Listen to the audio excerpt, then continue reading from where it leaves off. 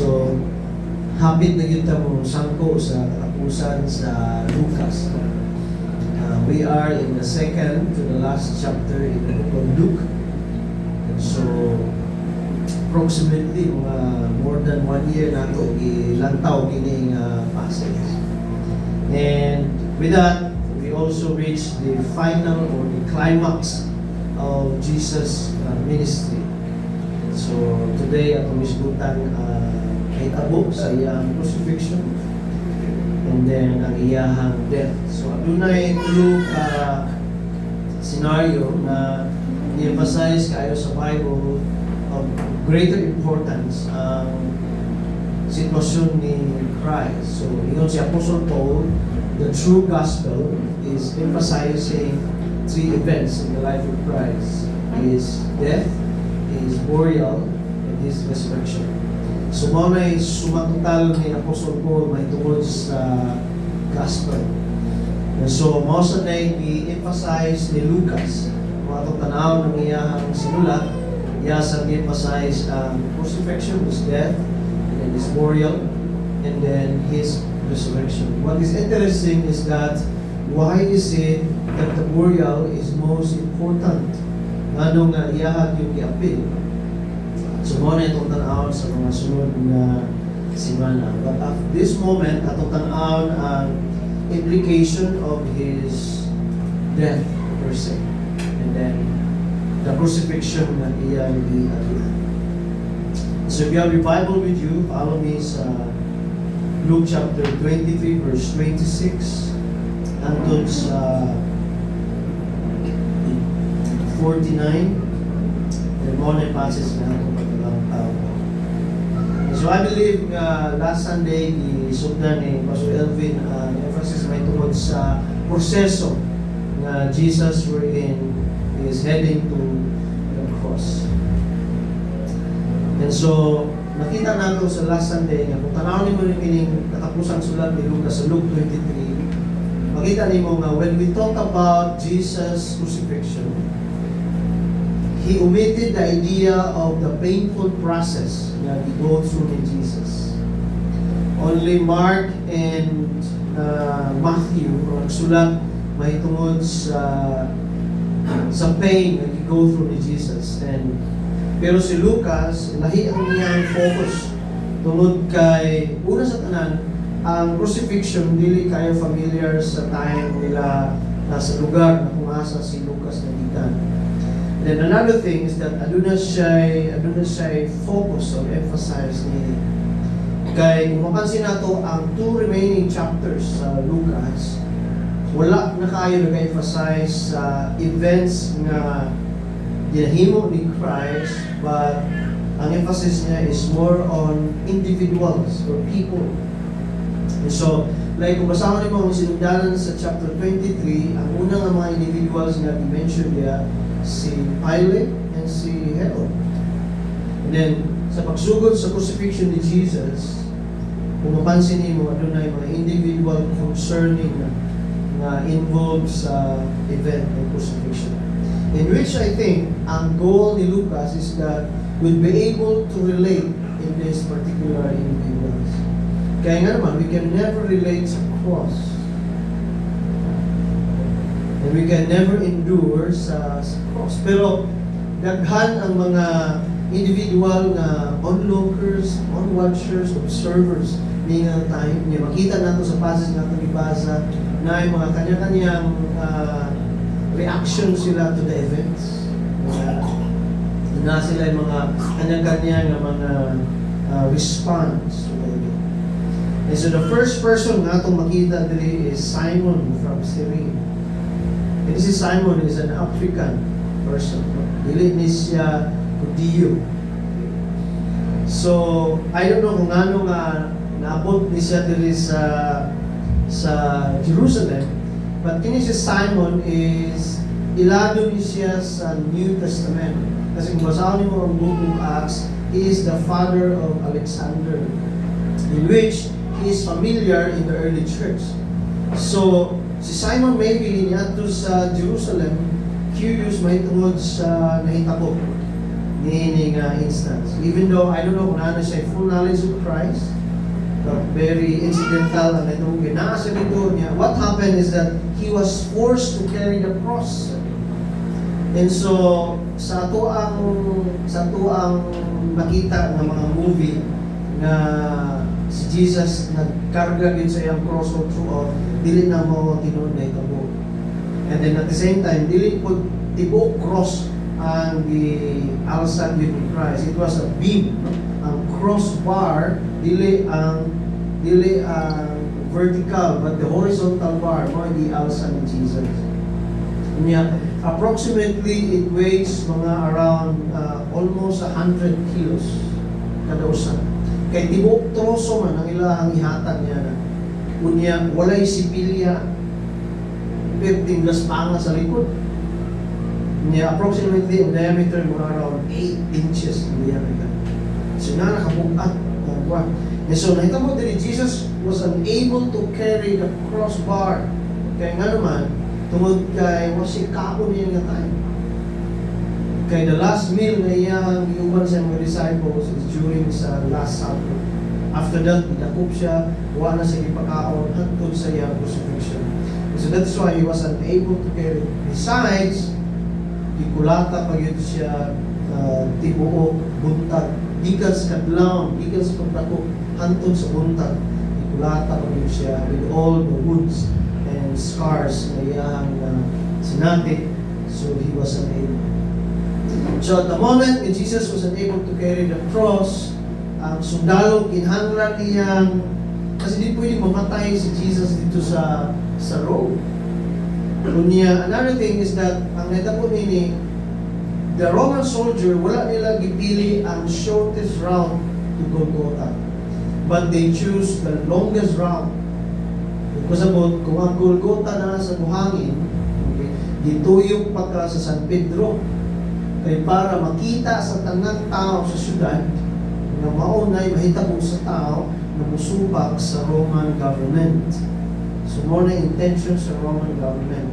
So kaulawan gyud ka kung yung ibutang sa same. So that is why Jesus was unable to carry the crossbar padulong sa Golgotha. And so dili pwede mangita ang sundalo, ang Roman soldier o Hudiyo. So mga very important kining papel ni Simon dili from Cyrene. Kay it would be an insult to the Jews kung siya ang ugson sa Roman soldier na mualsa sa cross. Kay nga naman, tungod kay ang Jews mo inihangyo sa government na ilansan si Jesus sa cross because of blasphemy or because of treason. Nagan sila gi-charge. And I'm sure last Sunday, i-discuss ninyo na kung sa'y gi-charge kay Jesus ng mga dili tinuod, mga utang-utang ng mga pasangin. And so, that is why ang Roman soldiers, kinahanglan, he would scan the crowd kung kinsay pwede niyang birahon aron nga iyang dadon ang cross. So wala ay makita siya ang katong negro dito na si Simon. Kaya taga-Africa man si Simon. Bibira niya. He was forced to carry it. So I don't know sa nasa mind ni Simon siguro ano niya, damay naman din. But that's what happened. Tungod kay dili pwedeng birahon sa sundalo ang natawag nga ito, Hudiyo, para iyang saluod ng cross ni Jesus. So yun na siya ka-dramatic in and so, nagdagan siguro sa una-una ni Simon, kung sa naghihimo ni tawana nga giingani man siya, isilutan man siya. Kung makita natin diya na this foreigner was involved sa kaning crucifixion. And then the second nga atong makita ng mga tao diya or individuals were the women, no? Ang mga babae, sila ang mga onlookers sa nga time nga do makita nato nga naa sila i-express nga emotion kay nga naman tungod kay naluoy kay sila kay Christ, no? Nya kini mga babae, uban sa mga babae dili were with Jesus throughout his ministry, ka-experiencing of miracle, na sila nakadungog sila sa teaching ni Jesus, nga. But many of them also nga ano lang yun, para bang nag-sympathize lang sa iyang nahitabo. So makita natin ni by the language of Jesus nga though they express concern pero wa gyud sila mahimo. Kunya ang ilang reaction is that they cry, they are very sad may tungod sa nahitabo. And so they get kanang emotional may tungod sa iyang experience. But what is interesting is that makita nato yung response ni Jesus was different.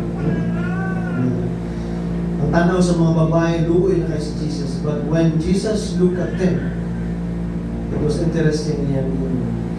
So iyang i-warningan ang mga babae nga dili mga gila alang kanila. So dili na to makita nga si Jesus wala siya ni-go through sa cross para kaluyan. Kaya nga naman, tungod kay when He went through the cross, He was fully aware nga iyan ang gihimo to honor God and above all, not to please men. And so, makita natin din nga iyang gihimo is not something that people will pity on Him, but it is something that they need to realize. And so, Jesus gave them a warning or reminders. So, iyang gingon diri is that hilaki ang iyong kaugalingon, ayaw ko ninyong kaluyi. Kung dili iyon siya, kay maabot ang panahon nga mahingon mo sa inyong kasing-kasing una mas maayo pa ang tao, ang babae, nga way anak, wa makatilaw o pagpanganak. Kaya nga naman, sa may implication ng gingon ni Jesus diri. Jesus is giving a warning that when He will ascend to heaven, kung mahuman ni iyang go through, the hardest time will begin. Muna emphasis ni Jesus diyan. Kaya nga naman, kung pasabot, we are on our own to look for God to save our condition. So muna yung application niyo si Jesus. Nahilaki niyo kaugalingon because when I will die, when I will rise and ascend to heaven, the implication is that people, the mothers, the women who cried for Him will be left alone. And if we are not conscious and we don't have the conviction to seek God, then we will have no other options. We are living in a hard time, in a difficult time. Muna yung ginagawa ni Jesus niya. So muna yung si Jesus, mourn for that, mourn for yourself. Kaya naman, ang tao or si Christ na ilang gikaluyan sa tinuod lang, kung nakabalong lang sila sa kamaturan, dili yun si Christ ang luoy. Ang mga babae yun o mga tao na nagtanaw, kaya naman, wak sila masayon sa ilahang sa tinuod na ito. So by implication, sama sa kahimtang sa mga babae, kita yun ang mas luoy lang.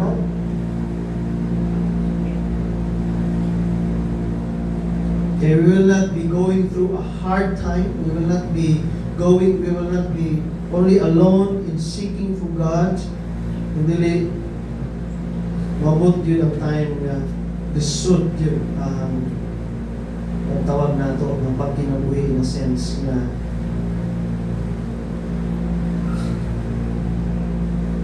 simula na iyon sila diya mas may pa mabot ang panahon na muampo ka nga tabunan ka sa yuta.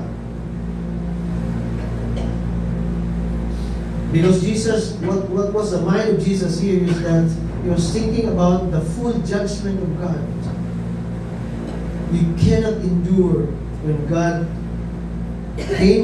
God comes to judge the world.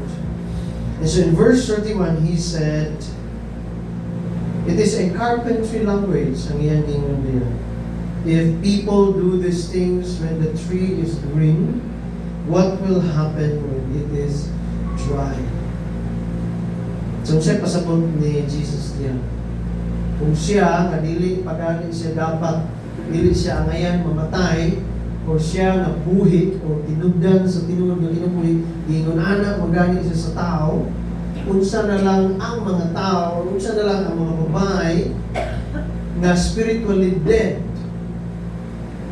So, mo na lingwahe ni Jesus ang gamit niya ang kahoy. Di ba ang kahoy, so may ano niya, kung panday, kasi Jesus kay panday man, so gamit niya ang illustration diri sa iyang experience.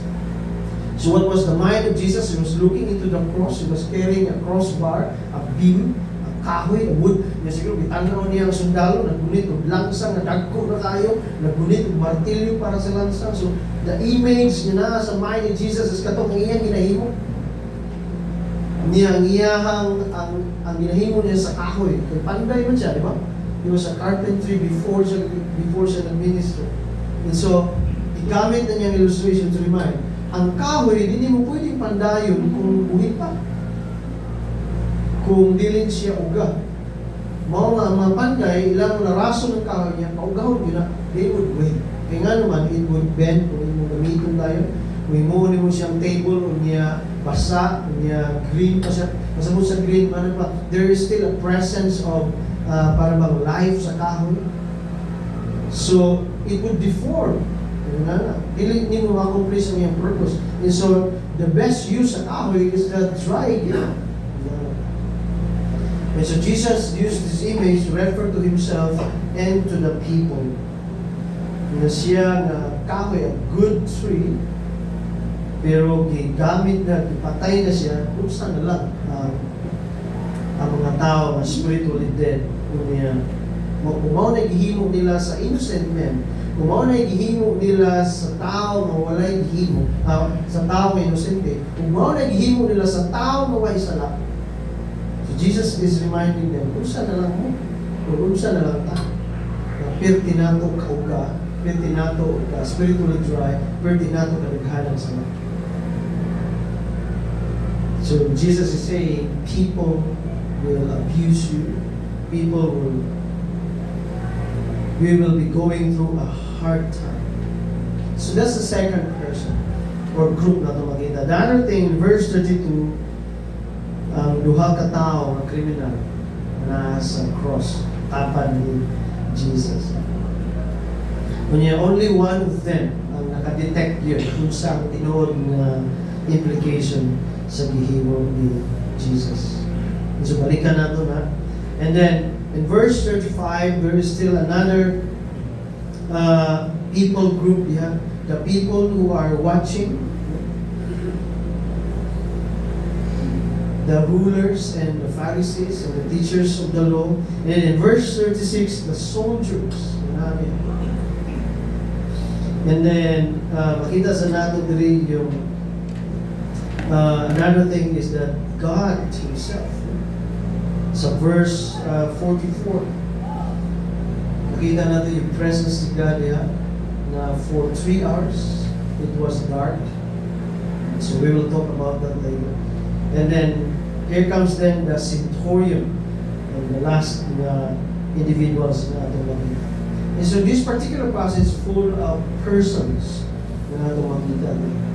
Kaya nga naman, so may implication nga gihatag ni Lucas. Makita natin na the intent and the purpose of Jesus' crucifixion is that for these people, for this individual, Jesus died not only for our sins, but He died on our behalf. He died in the individuals na appeal diri. So makita nato nga He died not only for the Jews, He died for the foreigner.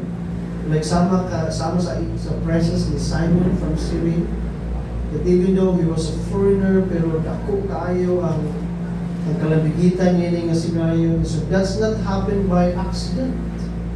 It happened by implication that God wanted to communicate that He did not just die for the Jews, but He died for everybody, the foreigners especially. And then He died for the people who are following Him. He died for the women who mourned for Him.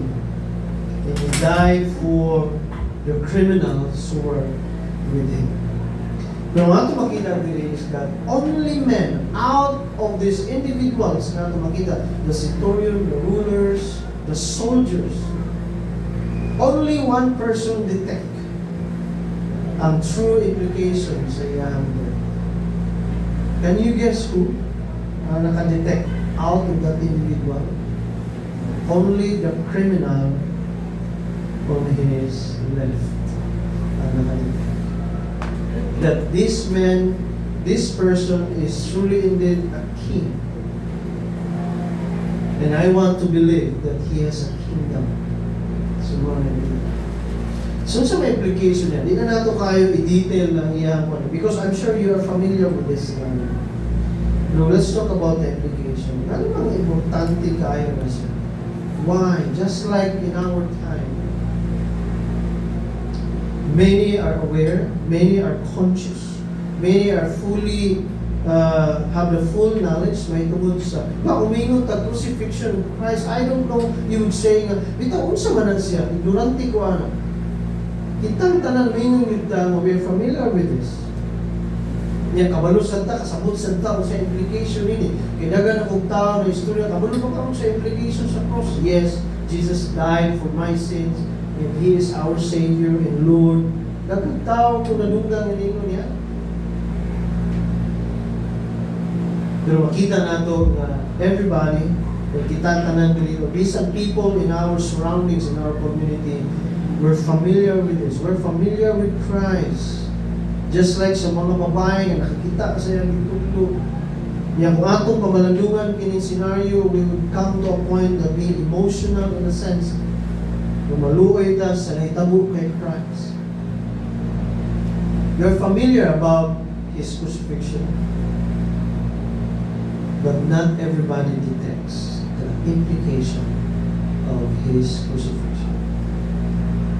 And so what I want us to communicate this morning is that I hope nasama sa usa ka tao na criminal, we will find ourselves realizing and understanding kung ano si Christ was nailed in the cross. Mo, nindot kayo yung remarks ninyo siya. Okay, in verse 14, nindot kayo yung kita nag-antos ta tungod kay ang ayantang ilansang sa cross. Kay naatay gihimo ang ayanta sa sentensya na atong giaguma. Tuloy yun siya, pero kining tawhana wa siya gihimo, pero nag-antos siya. And so that's where he began to really understand and seek Christ. And so I imagine the scenario, kining tawanan iya, siguro samtang galakaw sila, niya bitanaw niya si Christ, so may gihimo na yung tawanan ako. Kami okay lang, kay nangawat kami, nang-rape me, nang-matay mi tao, dagan mi gihimo. Pero si Christ. And so all that time, this particular thief was trying to realize and understand what was going on. Unya naay nasulat sa ibabaw ni Christ, no? Ngayon dito, this is the King of the Jews in verse 38. Ang tinuod nga gisulat ini is that tulo ka languages, Greek, Hebrew, and Aramaic. Niya ang giningon dito is that this is the King of the Jews. It was actually a statement of mockery. What they are actually saying that he claims to be the king of the Jews. Unya, ang tinuod gyud ng crucifixion way is that naay sundalo maguna sa road. Unya, ang sundalo na sa dala nga kung sa tuwa pa murag whiteboard or placards, no? Nanay mga placards. Na dito sa atubangan sa placards gisulat kung unsay gihimo sa mga tao nga nagsunod sa iyang likod nga nagdala og cross. Nakalista na. And everybody would notice. And everybody's forever. And so nakita nila, ilista tanan tong inyong gisgutan na Sunday that Jesus was a traitor to the government, that he gives wrong teaching about taxes, dagan sila mga charges, so ilista na dito. And then that is why, and then he said, he claimed to be the king of the Jews. So the implication is that it is an insulting statement. He claims to be the king of the Jews. So that's his last name. And so everything about this scenario nagtatak sa usa ka kawatan. And so for the first time in his life, he began to realize, usa man gyud. And so when you look at Jesus at the final time, and so dito niya iyang i-summarize ang iyang realization. And so with courage in his heart, he said, Jesus, in verse 42, remember me when you come into your kingdom. What is the implication of that? I don't know kung nadungog sa kawatan ang mga tanang itudlo ni Christ may tungod sa kingdom of God. Or kung asa siya nagkuha og idea that he is a king. I think wala laing pangutanan niini kung dili tungod sa placard na nakabutang sa cross ni Jesus. And so with the final hope, he wanted to, by faith, he wanted to entrust his life to that person beside him. And so if he is king, and so he said to Jesus, remember me when you come into your kingdom. Meaning he acknowledged that Jesus is king. That's the first implication. Even though he is not fully aware and very sure may tungod niya. And then ikaduha, he acknowledged that Jesus has a throne and has a kingdom. So that's the implication. And so the statement of this stiff suggests that he believes that Christ is king. And that he believes that Jesus will reign in his throne. And so that is why with final instance in that moment, he wants to appeal to the king. And only him who have fully understood the essence and implication of why Jesus came. Jesus come to declare that he is king in God and that he alone has a kingdom that every person should seek and desire. And all the rest of the crowd, the people group, the individuals have not noticed. So mama, ang tinuod nga challenge niya is that sama sa akong gigon, we are familiar, yes, with the crucifixion. But have we truly detect and have we truly come to a point that just like the thief, we gave our final statement. Lord, I believe and I want to believe that you are a king and that you have a kingdom and that you will reign. Or a crucifixion is just another historical events or facts that we treated. Muna na akong challenge. Tungod kayo, this happens in order that every person, every individual would come to a point in their lives that we will conclude in remarks that God, that Jesus came to die on my behalf, that he is my king, and he has a kingdom that I should be in. Namatay yan ang klaseng cry. And so I would say, only at that moment that the crucifixion would make sense to you and me. Kaya kung wala realization that a king died on your behalf, and that an innocent man embraces your fullness, your wickedness and sinfulness, then the crucifixion would never make sense to you. And so ako po mingon, kung kita, wag yun ta kasabot sa implication sa kamatayan ni Kristo, then you would not need Christ in your life. Then we would never need Him. And so the greater importance of the crucifixion is that having realized in our hearts, in our minds, that first is that being fully convinced in our mind that He is a King and Jesus is a King who died on my behalf. And secondly, having the faith in our heart that when the time comes, we will be with Him. Kaya kung di tamabot siya na punto na bayan sa itong kinabuhi, the crucifixion is just another event in history in the past that you and I are fully aware, but no significant effect in our very lives.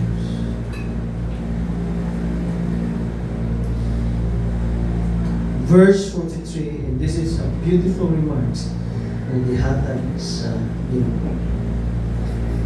if every individual come into that realization, a beautiful promise was given by Christ.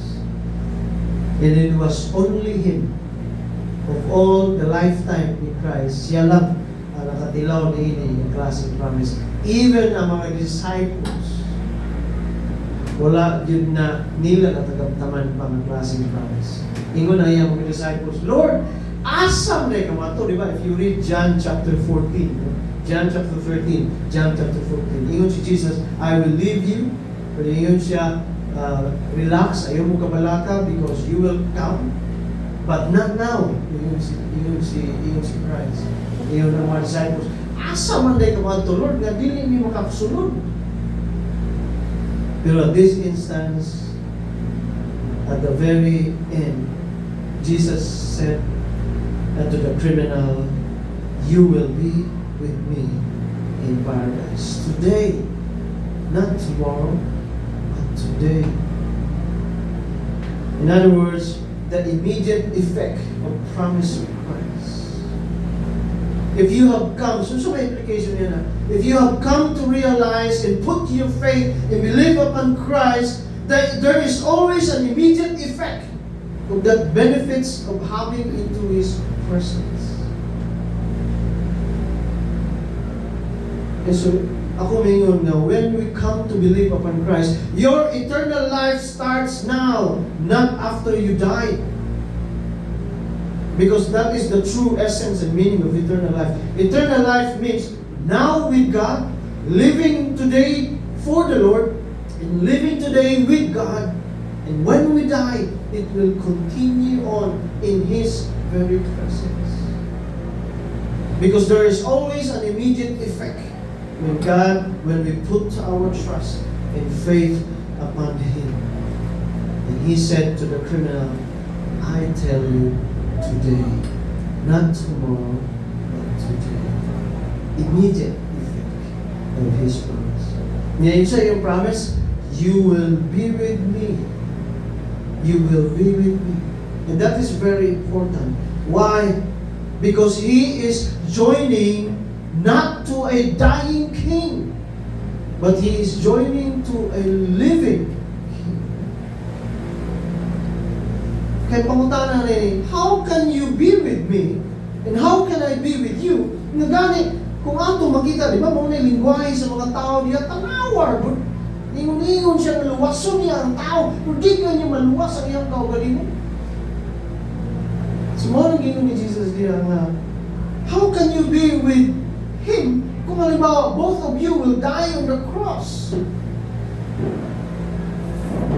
And so Jesus not only gave him an immediate effect of His promise about experiencing it today, but Jesus guaranteed His living presence. You will be with me.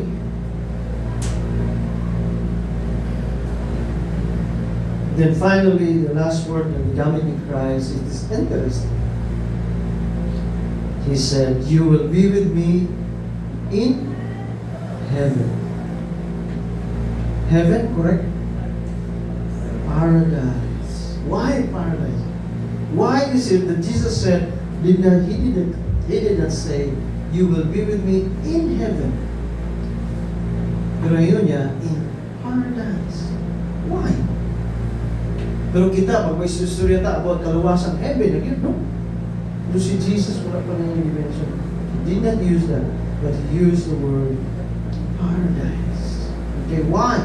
Ano gigamit na niya? Tungod kay, sa time ni Jesus, di ba, ang ilahang time is dili man, ang ilang political system is naman sila, mga hari man sila. Hari, siya tawag natin na monarchy, something dili man sila presidente, mga senatorial sa mga. So sa ilang time, every king, and in his kingdom, ang king na gina siya ginatawag nato ng paradise, okay, or garden, ang pinaka-description nini. So gigamit ni Jesus, ang gigamit ni Moses na definition of paradise during sa time of Eden. Ano sa ni-appear ang word of paradise sa Bible during sa time of Eden. And then the Bible describe it as a beautiful garden. Mo na idea niya. And this is the promise na gihatag ni Jesus. You will be with me in a beautiful garden. Not heaven. Not yet. Not heaven. Kaya nga naman, tungod kay ang konsepto ni Yunani, ilan masabtan ni mo ang ilang struktura in terms of kingdom and palace and empire, tinatawag na ito tinatawag na empire, okay? So every king has a palace, and every king during Jesus' time has a paradise, has a beautiful garden. And each paradise is always close to the palace. Ayan na. Unya, sa culture nila Jesus, sa time nila Jesus, the king would always spend time in the paradise. Okay? Mao naging katuyog ko niya naghimo tungod kay the king does not always stay in the throne and in the palace, but he would sometimes go to a garden. Niya, kung hari ka, di man ka basta-basta makagawas. So mo nang intention ng hari, naghimo siya o beautiful garden na para kahit dili siya for security sake, dili siya kinahanglan mulayo pero ma-enjoy niya ang nature. Mo na idea niya. Hindi man siya pwede maglaglaan. Di para sa tuwa pa nga, nag-war na ta sa balay. Ato ta sa Eden. No? Hindi na pwede sa hari. Kaya kinahanglan ng security appeal niya. So, in order nga mawala ang iyang boredom, kinala na siya paradise. So, dako kayo ng iyang paradise. Yeah, from time to time, the king would go out to the paradise to spend time, to reflect, to think, to nana. But most of the function of the paradise sa mga hari kaniadto is that gihimo nila na it is because that is the only place and the very special place they would always bring visitors and people. So dako na siya ilang beautiful garden tungod kay pag na-i-communicate ang hari, dito tapukon ang mga tao. Kunya dito niya ihatag ang iyang good news and good announcement. Yan na ang ilang scenario nito. And so this is the image, the picture of Jesus. And so what happened is that, so may implication nito. So sa ato pa, kung mga naging ni Jesus, we are with God. Okay? More to say, teaching sa tuang second life. We are with God, but not directly into the throne. Okay? We are in His kingdom, but we can only approach Him up to the paradise. And we can experience Him in that paradise, not entirely to the throne. So closer to the palace, but not inside the palace. No, that's a parang implication. And so that's the kind of description when gihatag ni Jesus, what it is like to be with Him. Because He is King, you cannot really live with Him inside the palace. But you can enjoy His presence every time He comes to the paradise, to the garden. So there is still a close connection with God. Kaya nga naman, ang ginadala lang sa hari sa paradise, ang iyahang close sa hari nila Jesus, not about the paradise ni Jesus. Pero sa implication sa king, sa monarchy, ang ginadala lang sa hari sa paradise sa time nila Jesus is those who are close friends sa king, trusted friends, and trusted people. Because it is a special place for those kind of people. In the same picture, Jesus is painted to the thief. You will be with me in that garden. Because you are You are my people. You belong to me. You belong into the kingdom. Amen. So that's the interesting point I don't want to paradise. And so the promise of God is immediate.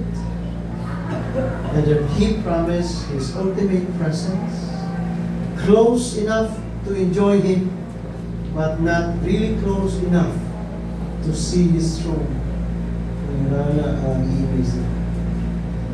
And this is the great contrast may tungod sa iyang ingon sa disciples. Kasi ang iyang ingon sa thief, you will be with me in paradise. Pero ang ingon niya sa iyang mga disciples, you cannot follow me now, but when you do, when you do, you will sit in my right and in my left, and together we will judge the nations. Muna yung isa sa 12 disciples. 11 na lang. Kaya Judas naman ang isa. Sa 11 disciples. We will judge the earth. Niya, kana siya ang klaseng privilege, Paul carried it over to the church. He teaches that to the church. He said, don't you know that we have a special privilege? Because of our connection to the King, because of our relationship to Christ, we will reign with Him, and together we will rule the earth. Yun na ang ligwahe ni Apostol Paul. To those who belong to Christ. And so that's the great implications. So mga challenge is that, where are we in this individuals? Are we just the onlookers, the curious, just like Simon from Syria, and the onlookers woman who have felt sympathy sa nahitang? O sa man para kaninyo ang cross? Natandog lang ba mo emotionally? O sa man para kaninyo ang cross? Kayo na ba mo nga tinuod na siya sama sa mga sundalo, sama sa gingon sa mga sundalo o sa centurion, ingon siya na tinuod matarong binintahan. Or just like the thief who have fully understood Jesus' role in Jesus' Lordship. I hope mo na ito ang position. So to believe upon Christ is not tomorrow, but today. And to trust Him with your life is not tomorrow, but today. And if you do that, there is an immediate effect of His promise that we will be with Him. And so the challenge is that have you fully understood the importance of the cross of Christ in our lives? Not a cross diri, pero birting gamayan in a cross. So dili ni siya, ano lang ni siya para to remind our mind. Kunya wa ko'y tao na diha, no? So muna kalainan. Kunya wa sa taggulit-gulit niya, muros na ang niya, murabag muhaw na niini. Kaya nga naman, image naman naman. Symbol of reminders. Kaya nga naman, dili good mo ay fully. And so I hope, just like the thief, yung na natuwa. And gusto sa dapat tagaan kung akong na-emphasis dili duha ka kamaturan nga giingon ni Jesus. Okay, let's talk about Jesus. And lastly and finally, I will talk about God. Beginning verse, mabalik tagamay sa 33. It is interesting na out of the pain, and out of the painful experience, and out of the many insults and lies na gihatag kay Jesus, it is interesting, verse 34, it is interesting that in the last time, Jesus was still able to say, forgive them. Father, forgive them, for they do not know what they are doing.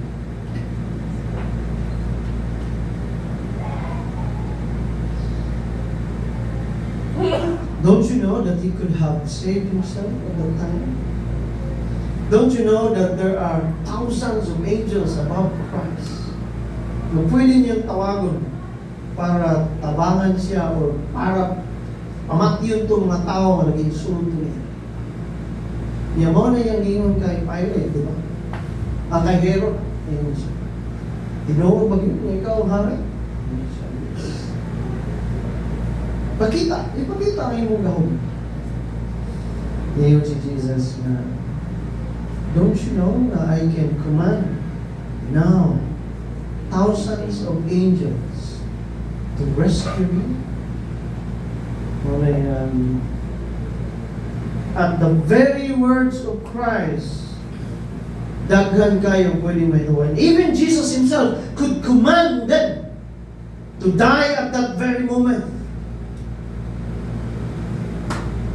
But Jesus chose to stay on the cross. He has all the power. Pangutana, nawala na bagkahom si Christ when He was His way on the cross? No. He still have the power to speak and to end their very lives and to save Himself from tragedy. But He chose to forgive. Why? He chose to stay on the cross. Because the cross is not for Him, but it is for us. And so He said, forgive them, Lord, for they do not know what they are doing. God, or Jesus, endures the cross so that we might have a full forgiveness before God. Paul said in here, Jesus go through all the pain and the insults through the cross so that you and me may have a final reconciliation before God. And so, sa may ginayon niya na sa Bible, without the cross, we will not have a full forgiveness. That is why the cross is necessary. That is why Jesus has to stay on the cross, even though He can use His power to command.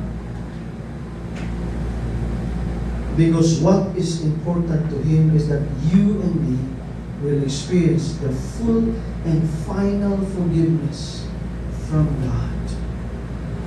And so He said, forgive them, for they do not know their way.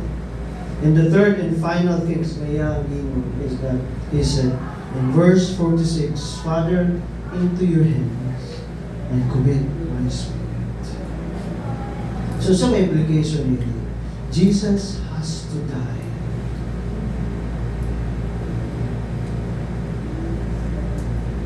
Kabalo ba mo na He can stay alive in the cross? But He has to die. To put a final settlement. Ang tao magilansang sa cross, for the record, daghan ng tao magilansang sa cross. Ang pinakataas na tao manilungtad nilansang sa cross, niabot of 7 days bago namatay. Kaya nga naman, ang cross is not intent for immediate death. Cross is intent for a criminal to suffer. Antos mo. Muna, brilliant kayo ang cross. Kaya ang tao magilansang sa cross, di ka mamatay na yun. Mabuhi pa ka. Kung kusgan lang yun, ang imo ang stamina, kaya niyo mong mabuhi. Kung kaya niyo mong i-wiggle-wiggle gamay, imong lawas sa cross para makaginhawa ka, muna na, kaya niyo mong mabuhi. So 7 days ang mabuhi. Niya ka lang image sa cross na makita nato nga tulid ang tiil ni Jesus, dili na mao. Niya na siya gipatungan sa cross, dili na mao. Kaya ang tinuod nga gilansang sa cross, nagbawag ang iyang tuhod. Nagbawag ang iyang tuhod niya, walay nagunit sa iyang tiil kundi iyang lansang. Niyang lansang niya diri na diri sa list. Kaya ang imong palad dili kaya gunitan ang tibuok nimong weight. So ang Romans nagunora sila unsay paagi nga mobitay gyud ka. Niya nga to makita nga cross na tali diri no, na support, di ba? Dili na mao. Kaya ang tinuod ng lansang sa cross, walay support. Naa-adiri ang lansang. Sa wrist, nga naman, tungod kay the wrist has the capacity to carry your full weight. Siguro na duha. Mabitaw ka sa resurrection of Jesus, look at my wrist. Wala siya nimo na look at my arm. Nimo si Jesus, look at my hand. Meaning to say, my arms. Kay diri ang lansang. Unya, ang goal sa crucifixion is that to suffocate you slowly. And so, bawag man imong tayo. So, kinalag, birahon niyo na imong self, mataas, para maginawa ka. Unya, kaya di man na imong kaya kung magbalance ka sa bus para mag-relax. Unya, sakit kay likod. So, kinalang, so, ang tao na sa cross, lihok yun. Kasi kinahanglan niya i-support ang iyang lawas to relieve his lungs from water and air. Mabagaling na si Jesus, di ba, pag kamatay niya, itusok na iyang sayo. Tubig ang iyawas. Kaya nga naman, when you are in the cross, the lungs begin to suffocate and water from your body begins to accumulate. So, pinarang ginawa ka. It is a torture way. It is a brutal death that you cannot endure. But Jesus has to die. So that's about Christ. In verse 44, let's look at what happened here. Lastly, did ko mag-close. Verse 44, it says, it was now about noon, and darkness came over the whole land until 3 in the afternoon. For the sun stopped shining. And the temple curtain, and the curtain of the temple was torn in two. There are 3 events. When Jesus breathed his last, there are 3 events that happen. There is darkness, total darkness.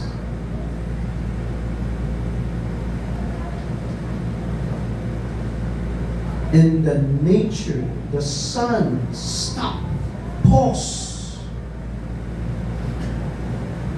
and the temple curtain. Those 3 events. So sa may makita natin, when Jesus died,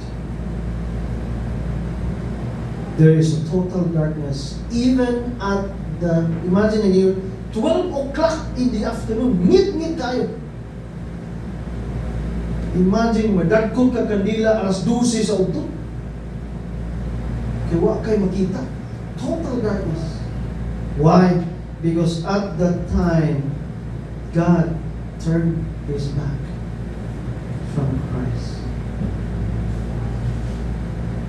At that moment, God turned His back from His very Son.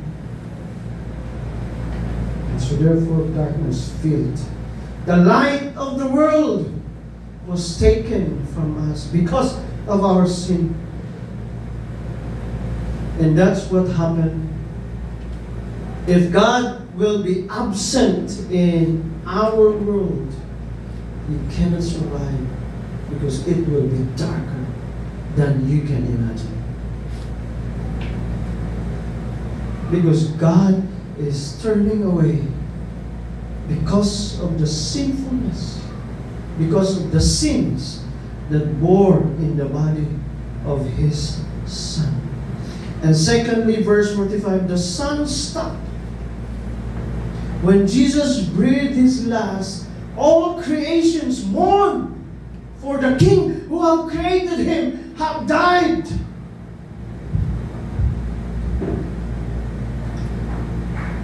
But none of His special creations, the human beings who've caused His death, have paused to realize what has happening. No human being have stood and stopped and paused because they have realized the King has died. So, igana ang effect ng sorrow. The creations acknowledge Him that He is the one that created them. The Son paused to mourn for His King, who have died for the sins of the world.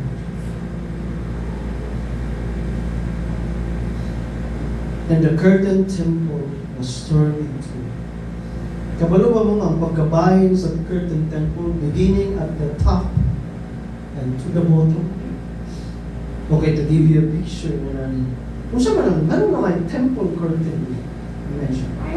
Tungkol kaya at this time na Israel, they have a concept that you can only worship God through the temple. And the temple has two divisions, okay? First, the Holy of Holies. And then second, the holy place and the Holy of Holies. And the Holy of Holies is the only place that nobody could enter but a priest, the high priest assigned at that year. Okay? Niya bago na siya musulod, kinala magtali na siya siyang lawas niya, kinala ng iyang salina na yung mga kulingling, mutingog yun, kadaliyok niya. Kay pag di na mutingog, di na namuliyok niya, pagbira nila sa pisik, dili galing mubalos. Kung wala'y response, meaning to say, the high priest was dead. Kaya nga naman, because of the imminent presence of God at that place. And God commanded them na buhatong bina. So kinahanglan para dili sila maapektuhan ng mga tao na magtanaw sa high priest. Kinahanglan na ibaga kaayo ng curtain. O ang ilang kurtina is not made of silk. Kung sa imagination ninyo na ng kurtina, silk, ng pinakamahal kayo, matay lang, sino kaayo niya, kada magdaghang kayo mga burda, ikwapo kayo sa mga mata. When God orders them to put a curtain, the decree was to design a curtain 8 inches thick. Kanang yung mga pader sa atong balay, 4 inches na maximum of 6 inches at apil ang palitada. Pero ang design siya 8 inches thick. Made of silk? No, made of pure leather. Kaya naman, silk light will go through. Niya kinalang leather kay pagkaon yun 8 inches. Kaya nga naman, walay light nga makapenetrate. Apang utana, unsa nga light ang ilang ginaprotect? It's not the light from the sun. It's the light from the glory of God. Because once it is penetrate, nobody will survive. Mao na kinahanglang baga, kinahanglang ngit-ngit di kayo. And so when the curtain was turned, when Jesus breathed his last, it was turned from top to bottom. It is as if mo siya gislice like a butter. Natingala kayo sila, kinsay naghiwa kayo. Iting bagaan na. Hindi mo kaya tabaso na. It will take you how many days para yung na maputol. But in a single split of seconds, it was divided. It was flung open. And they were surprised. Wa sila'y makita sa sunod. No appearance of the glory of God. Why? Because God's glory and God's presence was no longer inside the temple. God has abandoned the temple. And God has left the temple empty. So sa implication na, because the temple now, when Jesus breathed his last, the temple now is unnecessary, irrelevant.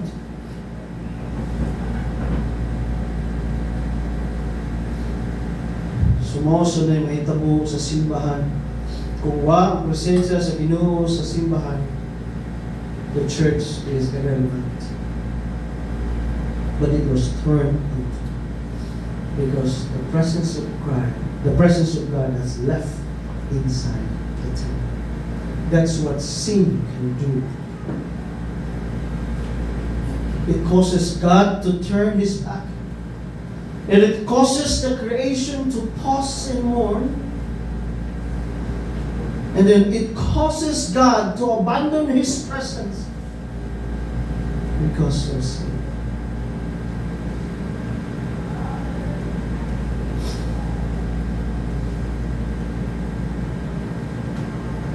This is what happened, brothers and sisters, when Jesus breathed His last. That is the significance of the cross. So in closing, let me tell you, the cross is not just a historical event. What we have read is not just a historical event. It was an expression, an emotion, a reaction of God above all to the sins of men. It causes His Son to die. It causes Him to turn away from His Son. And it causes everything He created, except human being, to realize that the King has died.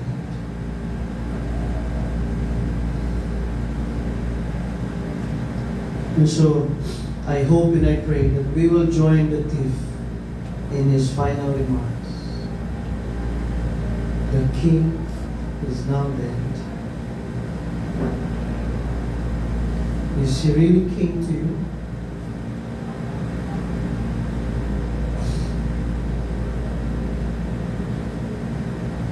You know, among the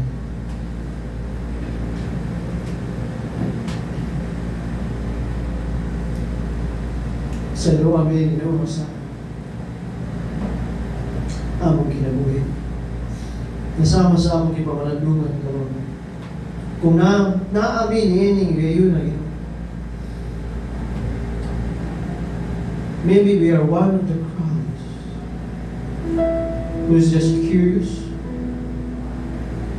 Maybe we're one of the crowds who is just sympathetic, emotional. Maybe we were just one of the leaders who are mocking and insulting me because we do not understand. But thank you now that you have given us the meaning and essence why you have to go through this. You wanted us to be fully aware of what was truly happened, in order that we have the time now to believe, in the time now to understand, and to see you as our King. Salamat sa example sa usang kawatan Ginoo nga imong kauban ini ngayon. And we pray that just like Him, He grant us the faith to believe that you are King. And grant us faith to be hopeful that you have a kingdom that will reign. And grant us assurance that we will be with you in your paradise. Lord, you know full well kining pamilya, kining mga igsuuna namo nga naa diri sa opisina. Kausap na sayod Ginoo sa mga kasing-kasing sa mga usal na naa diri. If we have come to really believe upon you, Lord, I pray, nothing can change their heart but only you.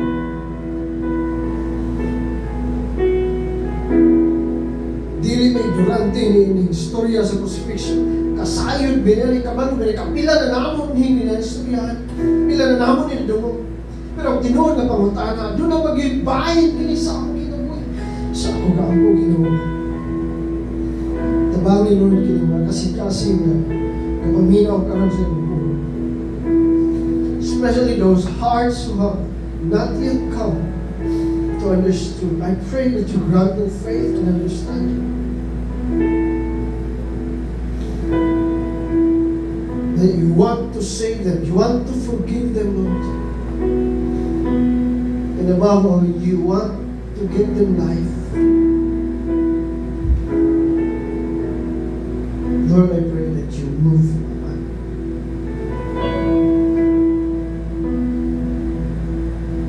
And I grant them life now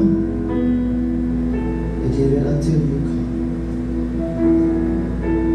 Thank you, Lord Jesus, for the forgiveness you have given us. Thank you that you have died for our sins. And above all, you have died on our behalf so that we may be